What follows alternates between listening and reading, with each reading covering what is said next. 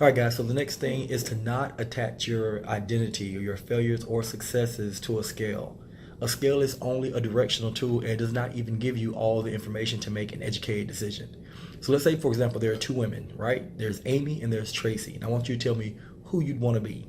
So let's say that Amy this week in her diet or this month in her diet, she lost 25 pounds. Tracy lost none. Amy has a job where she's making $120,000, a year. Tracy does not have a job.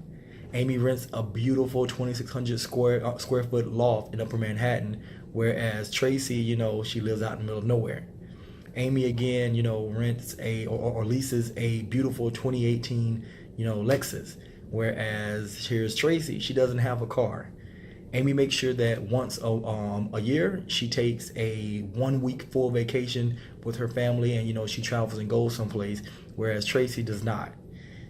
So far, who do you want to be? Do you want to be Amy or do you want to be Tracy?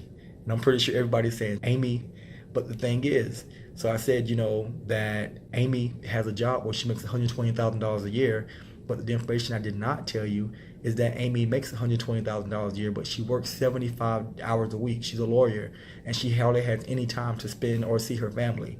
Whereas Tracy does not have a job. Tracy is a self-made millionaire. She's already retired, so she has the money, she has the time. Where I said, how Amy rents a 2,600 square foot loft in Upper Manhattan, and Tracy lives out in the middle of nowhere. Yeah, Tracy lives in the middle of nowhere, but she lives in a beautiful mansion that she owns in Edwards, Colorado. She wakes up every morning looking at a beautiful mountainside. Whereas I said that, Amy rents or leases a 2018 Lexus, but, Tracy doesn't have a car. Yeah, Tracy doesn't have a car, but she has a Range Rover that she paid for cash, and also a Prevost that she uses all the time where she's, traveling and going places.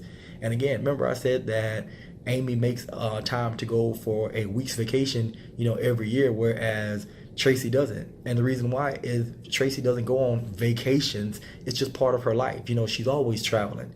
And I said that, Amy lost 25 pounds this week where Tracy lost 0.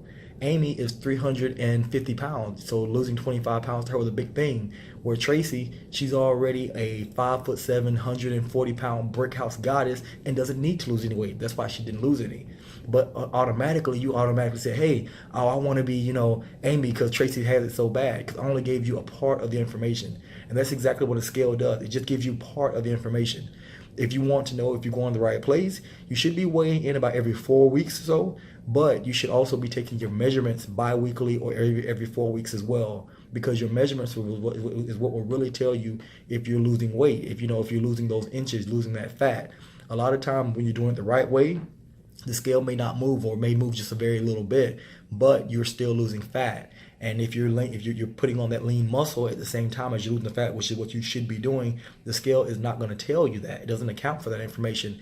And a lot of times you can be discouraged, whereas you're still losing the inches in the dress sizes, when you should know, hey, I'm making a lot of progress, and not be discouraged. But we're still used to thinking of the scale as the end all be all. And if the scale isn't telling me I'm losing weight, then I'm messing up somewhere, and that's not the case. So make sure you're also doing a waist measurement and also measuring your thighs every 2 to 4 weeks, and that, along with the weigh-in, so that you can see where you're going. Now, if you're taking your measurements and the scale and neither are moving, then you have an issue. But until then, you're good. So keep pushing forward and do not attach your successes or failure or your identity to a scale. All right, see you guys tomorrow.